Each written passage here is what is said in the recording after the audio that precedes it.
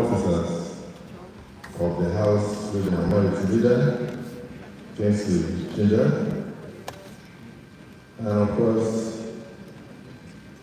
go ahead to recognize all the right honorable speakers who had the privilege of presiding over this August assembly.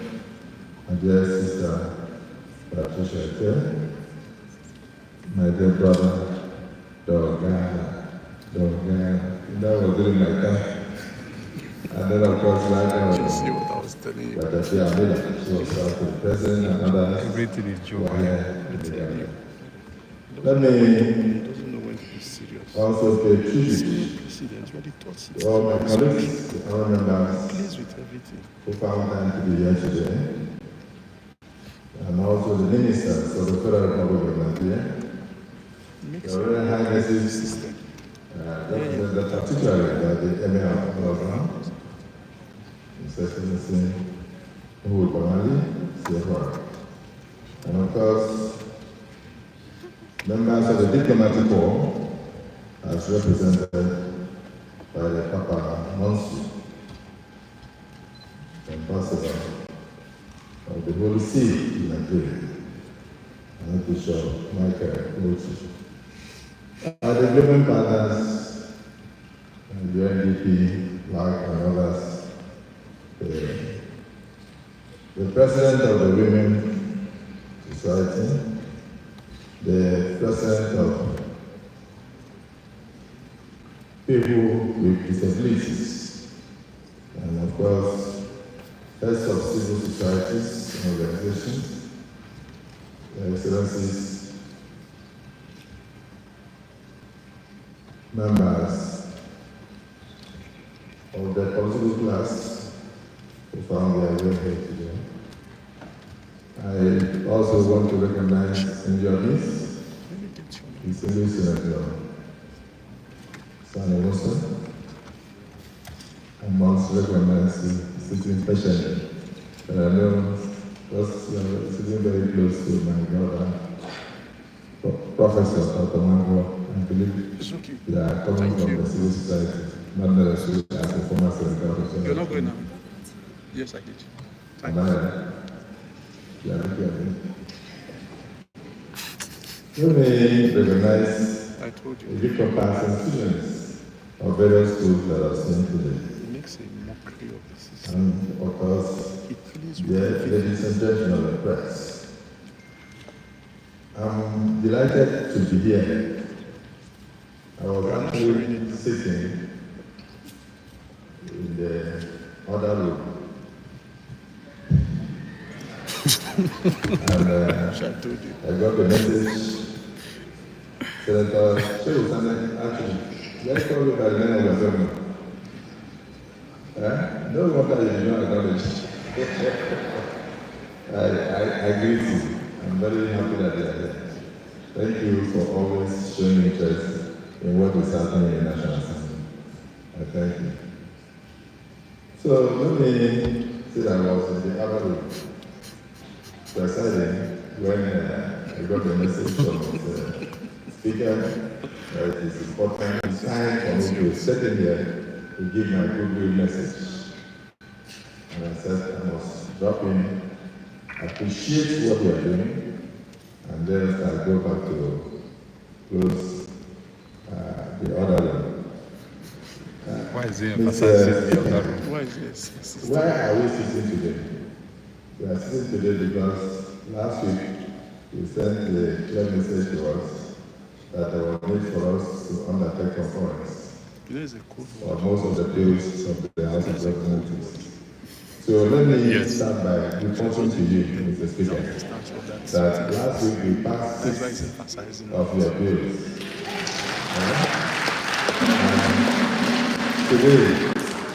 Today, even if it takes us to 6 p.m., we are going to finish before. Making it 10. Tomorrow we will continue. We want to surprise you. Just to let you know that we will not joke with you, and the chamber reciprocity must always be upheld. So I think that's the first message for those of you who may not have known. I think this open week, the open week, is a major innovation into parliamentary practices. And I must say that we are very proud that the House of Representatives is taking the lead, and of course the Senate will follow. I think that's how it should be. Then after that, we will now consider joining it together and coming together to do it together on a daily basis. Mr. Speaker, on behalf of the Senate, the 10th Senate of the Federal Republic of Nigeria, I'm delighted to say congratulations to you, because this is truly the people's talent. It is very important for the public to understand what we do here. That way, all the stories and ambiguities will be erased. And I want to thank Dr. Jamila for explaining that if you fail to even do consistency projects, your people may not think that you are performing. Whereas the primary duty of the legislature is to make laws for the good governance of the society. And also to undertake oversight, particularly oversight of the executives, and also follow. You not only appropriate money, you also follow how the money is spent, to be sure that it is spent for the good of the people. But some people don't understand that legislators are not supposed to do rules. They don't understand that they are not supposed to give employment opportunities. They are not supposed to cite industries and all that. So sometimes we tend to have a lot of high turnover every election year. They will assess you by what you brought back home. And in the Senate, for the 2023 elections, we are like 80% new members. That should not be, because institutional memory is being lost because of the expectations of the constituents. Over 80% of the senators did not reply. I don't know what happened in the House. Exactly. So this is where this open week, this interaction with the public is extremely important. If anything is taken away from here, they will now clearly understand your role. They will not expect so much from you, but they will expect good laws from you. Over the past period, the House of Representatives, we have undertaken about 2,263 bills, and about 1,478, representing 65.3%, have passed second reading. The President has also assented to about 55 as of now. But what we have is 51. Actually, I received 4 more bills. But let me say 57. Because after we received the 4 bills on the tax reform, we also received 3 more that have to do with the creation of tertiary institutions across the country. So this is unprecedented for any assembly since 1999. So let me say congratulations to all. And then I believe we will have, in the course of the open week and in the course of interacting with the public, a situation where you have to take the green book and so that the public know how. When we start, we are citizens.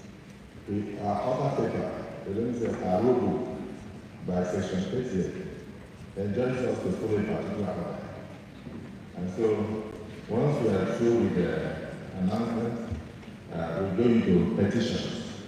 And at that time, before we start the business of the day, that is when members are supposed to raise points of order. And then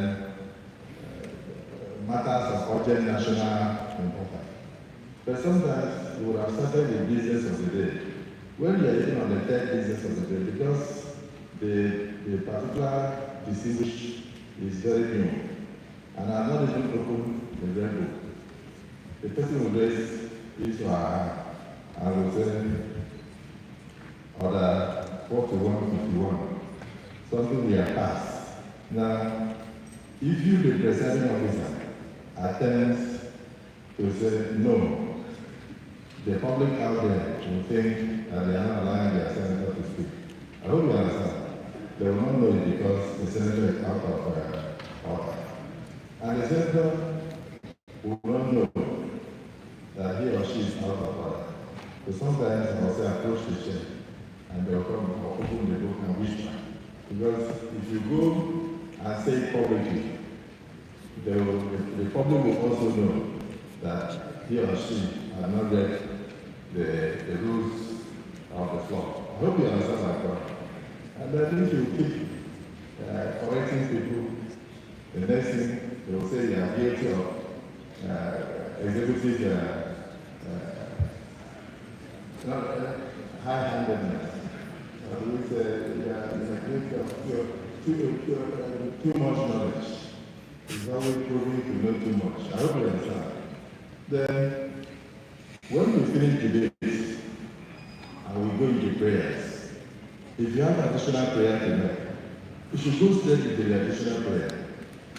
So for the public, when you hear the presiding officer say any additional prayer, some of you, and even over there, will stand up. Instead of bringing an additional prayer, you commence the debate afresh. You commence the debate afresh. And you go on and go on and go on. So as a presiding officer, I don't know whether it happens to you. You are now between the devil and the devil. Alright, they will say you have committed executive violence. Trying to shut down the public from speaking. So all you do is to shake your head. So we must also use this opportunity to educate the public so that when they see us, at any point in time, they will know why we are taking the decision to take from the church. I hope I'm making a point. So the first thing there will be to ask members to open your green books, go through it, familiarize yourself, and be sure that you are truly part and parcel of the chamber. And I can hear you. A lot of conflicts to be reduced. Boss, Some of the conflicts are based on not ignorance, are based on lack of reading I'll be there. the rules of the chamber. If you are in the army and you decide to walk out of the palace and travel and come back, they will declare you away. And then, of course, they will discipline you. Even for you to travel out of the country, you are expected to write and get approval from the right honorable speaker. The leader of the Assembly is done. The same thing. There's some members who just travel. We should be able to account for your movements at any point in time. But many of you do not adhere to that. You just travel and come back and think it's normal. Supposing you run into a problem in the country that you are going to, how would the presiding officer be able to call the Nigerian ambassador to assist you when you don't even know that they have left the country? So these are some of the issues and some of the things I believe this Kobo week will help us to also have a period where we talk to ourselves. But overall, this is probably the most peaceful House of Representatives that we have had since 1999. This is the most peaceful. I don't know how much the speaker and the leadership did, but I have not seen anybody throwing chairs. I have not seen the executive president this time. I know that there was a period where there was a government and the woman from my state just stood up and snapped the tobacco and then engaged me a very big slap in the committee meeting, and it was so like that. So people came to me to compare. I said, no, it shows you have strength. And we are doing that. But that conduct was unparliamentary. Am I right? That's correct. So in the next election, the consequence had to punish the person. I don't think the person ever came back to today. So there are conducts that are unbecoming, and we must learn to have ethical so that this gender will continue to have respect. Then I must say that you have done excellent work. Whatever is left for in the Senate. We assure you, we will devote the next 2 weeks to clear our table so that we can send more bills to her. So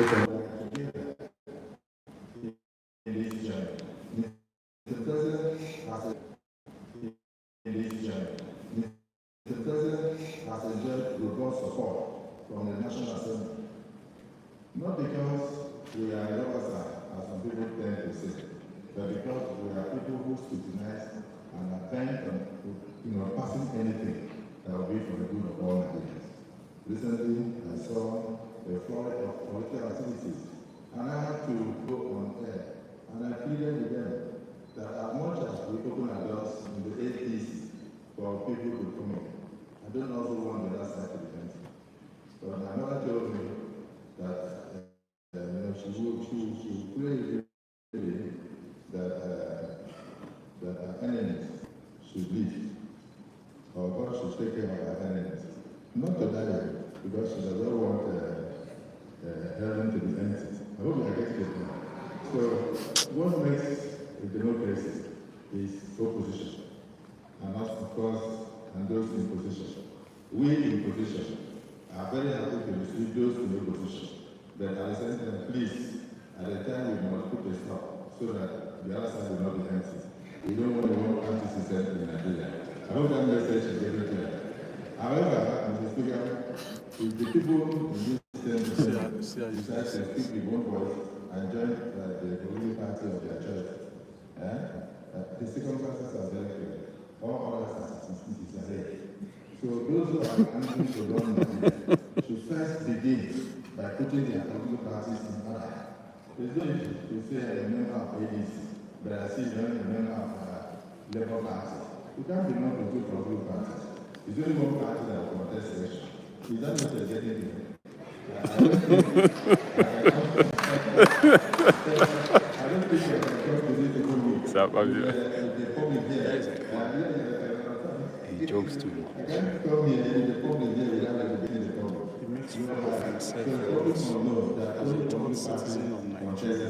You saw what Baja did. Baja spoke like this.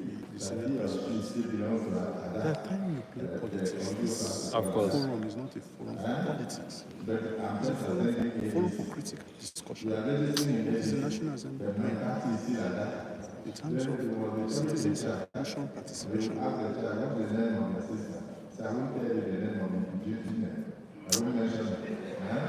talk about the team. What you have said didn't speak of this team. Yeah. Deepening citizens' trust and encouraging citizens' participation. The thing I took from what he said is about members who travel without telling the house. It's the only thing I grabbed from what he said. And the fact that what he said that this house is a peaceful house. A lot of speakers have said that. He plays with everything. Even as a human being, as a private citizen standing, even when you are called for a meeting and you want to apply for the necessary job, you are saying that it's true. There's time to play, there's time to find jokes.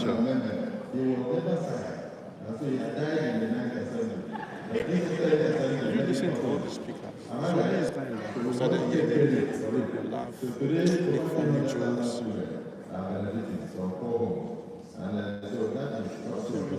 So truly a people's parliament. And you look at the tax reform. The last time we reformed any tax on stamp duties was in 1901. 1901. Some of the taxes were mostly pre-colonial era, before 1959. So now we have amalgamated everything, and 4 of those tax reform bills have now been signed